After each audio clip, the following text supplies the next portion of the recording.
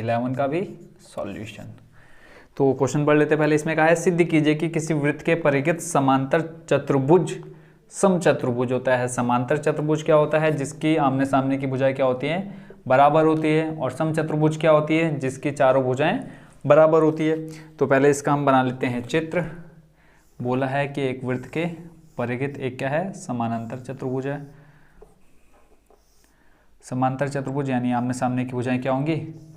बराबर होंगी।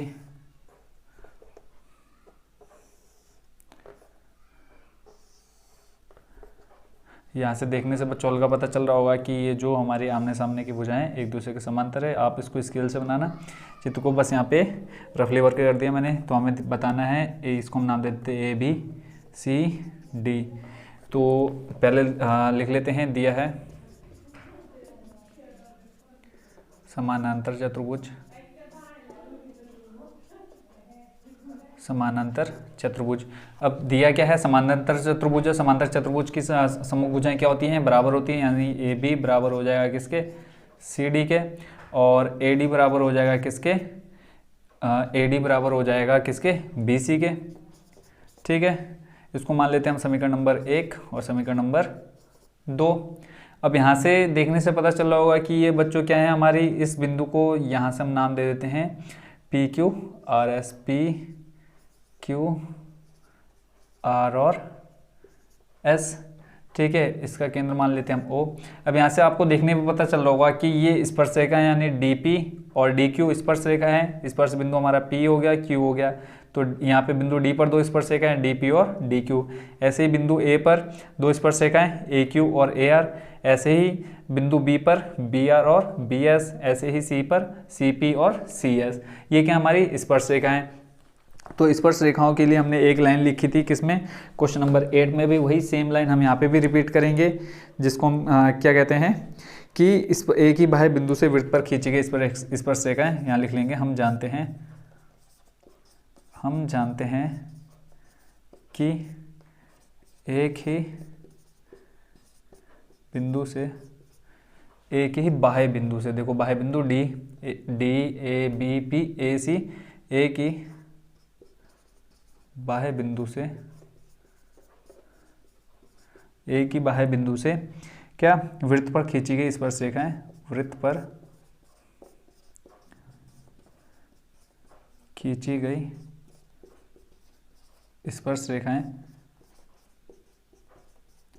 क्या होती हैं? एक दूसरे के बराबर होती हैं,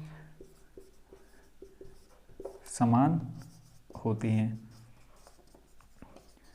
अभी तक हमने 5-6 क्वेश्चन इस टाइप के कर लिए हैं, जिसमें क्या हमने पढ़ा है कि एक ही बाह्य बिंदु से वृत्त पर खींची गई स्पर्श रेखाएं समान होती हैं।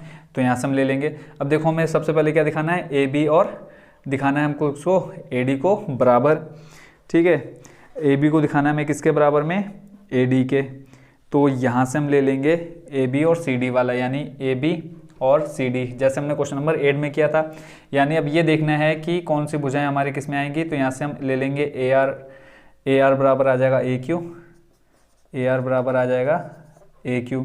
ठीक है, स्पर्श रेखा है, देखो AR बराबर AQ। ठीक है, ऐसे ही दूसरा आ जाएगा हमारा BR BS, BR बराबर में आ जाएगा BS। ठीक है, देखो बिंदु बाह्य बिंदु A स्पर्श रेखा होगी हमारी AQ और AR, तो हमने लिख लिया AR बराबर AQ। ऐसे ही बाह्य बिंदु हमारा B, इस पर स्पर्श रेखा कौन सी होगी? BR और BS। ऐसे ही बिंदु C पर स्पर्श रेखा हो जाएगी हमारी क्या? CS और CP। तो यहाँ से लिख लेंगे हम CP बराबर CS, CP बराबर CS। फिर एक D बचा है बिंदु, तो यहाँ से हम ले लेंगे क्या? DP बराबर DQ। यहाँ से लिख लेंगे DP बराबर DQ। तो यहाँ से लिख लेंगे समीकरण नंबर 1, 2, नंबर 3 और नंबर 4। इन चारों को हम क्या करेंगे? आपस में जोड़ देंगे। तो लिखेंगे समीकरण 1, 2, 3, 4 को जोड़ने पर, समीकरण 1, 2, 3 व 4 को जोड़ने पर।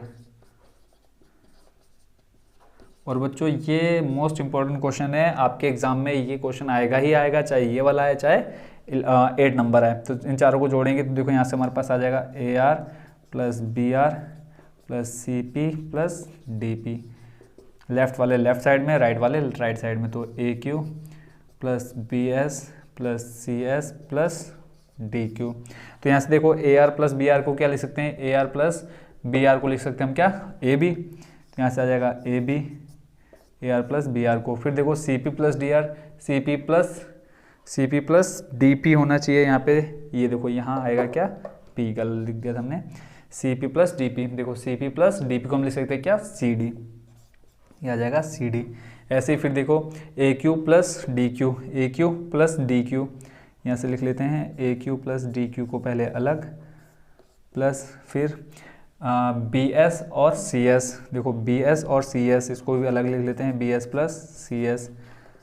तो A Q plus D Q को हम क्या लिख सकते हैं, A Q plus D Q को हम लिख सकते हैं ए डी। तो यहाँ से देखो अभी तक हमारे पास क्या है, A B plus C D, A B plus C D बराबर में देखो A Q plus D Q को हम लिख सकते हैं A D, plus B S plus C S, B S plus C S को लिख सकते हैं हम बी सी।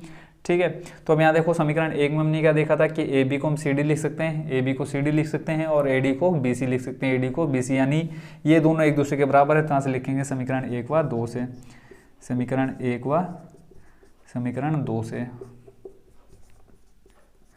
देखो समानांतर है, आमने सामने की भुजा बराबर होंगी, बट हमें क्या दिखाना है, सिद्ध करना है, वो लिख लेते हैं यहाँ पे। ये लाइन बच्चों आप सबसे ऊपर लिख देना जो मैं यहाँ पे लिखने जा रहा हूँ, सिद्ध करना है कि समांतर चतुर्भुज किसी वृत्त के परिवृत्त समानांतर चतुर्भुज सम चतुर्भुज होता है, सम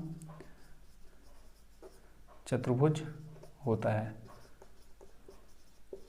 ठीक है, कि किसी वृत्त के परिवृत्त समानांतर चतुर्भुज सम चतुर्भुज होता है। अब सम चतुर्भुज क्या होती है, जिसकी चारों भुजाएं बराबर हो। तो यहाँ से देखो समीकरण एक और दो से कि ए बी बराबर मैं सी डी लिख सकता हूँ, तो यहाँ से A B plus C D को मैं लिख सकता हूँ ए बी।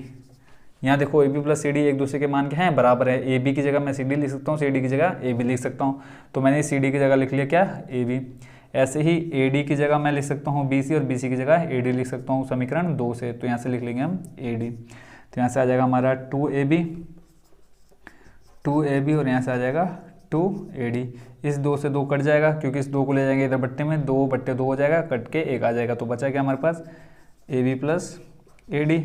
अब देखो ए बी बराबर ए डी है, यानी ए बी बराबर ए डी आ गया। जब ए बी बराबर ए डी है तब क्या हो जाएगा, ए बी बराबर, देखो यहाँ से ए बी बराबर ए डी आ गया और पहले से हमारे पास समीकरण एक में ए बी बराबर सी डी, ये दो भुजाएं तो हमारी पहले ही बराबर है। अब दो भुजाएं हमारे नीचे की बराबर आएंगे, यहाँ से लिख लेंगे ए बी बराबर सी डी बराबर ए डी।